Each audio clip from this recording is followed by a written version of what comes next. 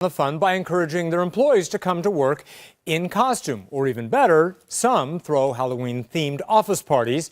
But wearing the wrong costume, well, that can get you in just a little bit of trouble. Did you see this over the weekend?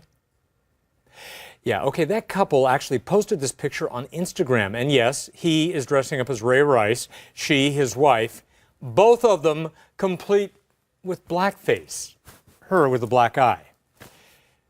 Yeah, there you go. All right, joining me about that and about offensive versus appropriate Halloween costumes at the office and otherwise, this is attorney Michelle D. Flores, who is an expert in labor and employment law. And she swears to me she likes to have fun at office parties too. But there's a difference between having fun and getting you or your employer in hot water.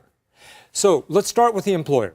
If, let's say, I'm the boss of a small office or whatever, and I want to have tell everybody to dress up, what parameters do I lay out? Well, communication is the key. Communicating that regardless of wearing a costume, you're still going to need to comply with your dress code and your policy against harassment. Okay, now harassment, that's an interesting one because harassment I've always thought about has to do with what you say or if you touch someone, but this could be harassment just by wearing something. Yes, just like we say a joke or we can leer at someone, and that would be inappropriate. Okay. Okay, so what you're wearing could be inappropriate, just like a low-cut blouse or a costume that is a box of wine with a strategically placed spigot. You are so ahead of me here because we actually have a couple of these pictures. So let's put a couple of them up and we'll get, now this is a woman who's dressed up not just as a runner, but as a runner from the Boston Marathon when we had the bombing.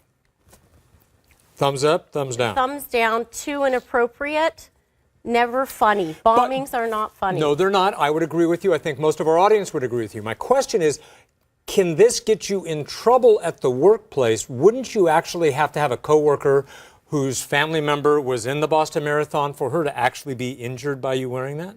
Well, it might not be illegal or actionable by someone, but it could be actions that are inappropriate or not condoned by the company. Just something that is offensive to someone, not necessarily based on, say, sex or race or religion, but something that is just not appropriate. So it's in poor taste. Could an employer actually suspend that employee from employment?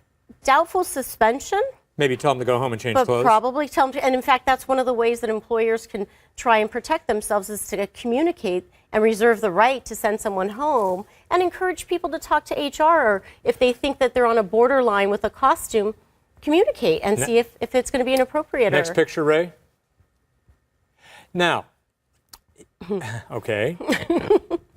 I'll let you describe this. What's going on here, and where does this lie? And let's go ahead and keep this up for a minute because she looks like she's kind of a brownie, kind of a Girl Scout type. It looks like a sexy Girl Scout. Okay. And I would guarantee that this, for most workplaces, it would violate their policy as far as dress code.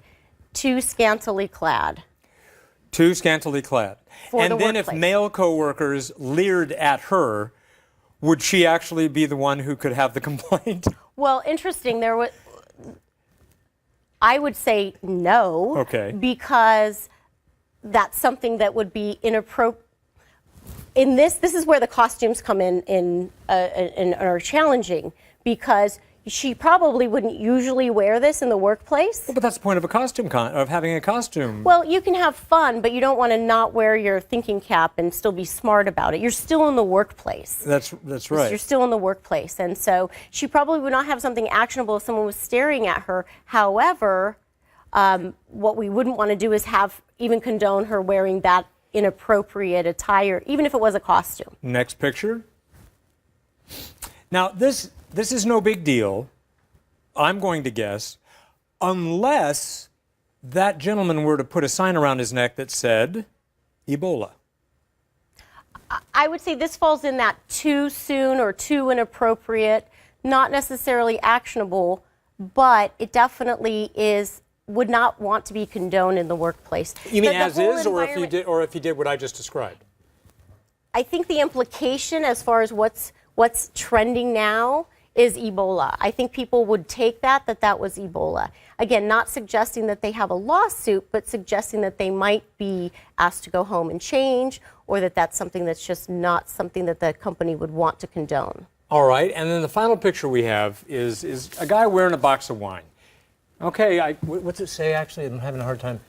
Probably says Pinot something.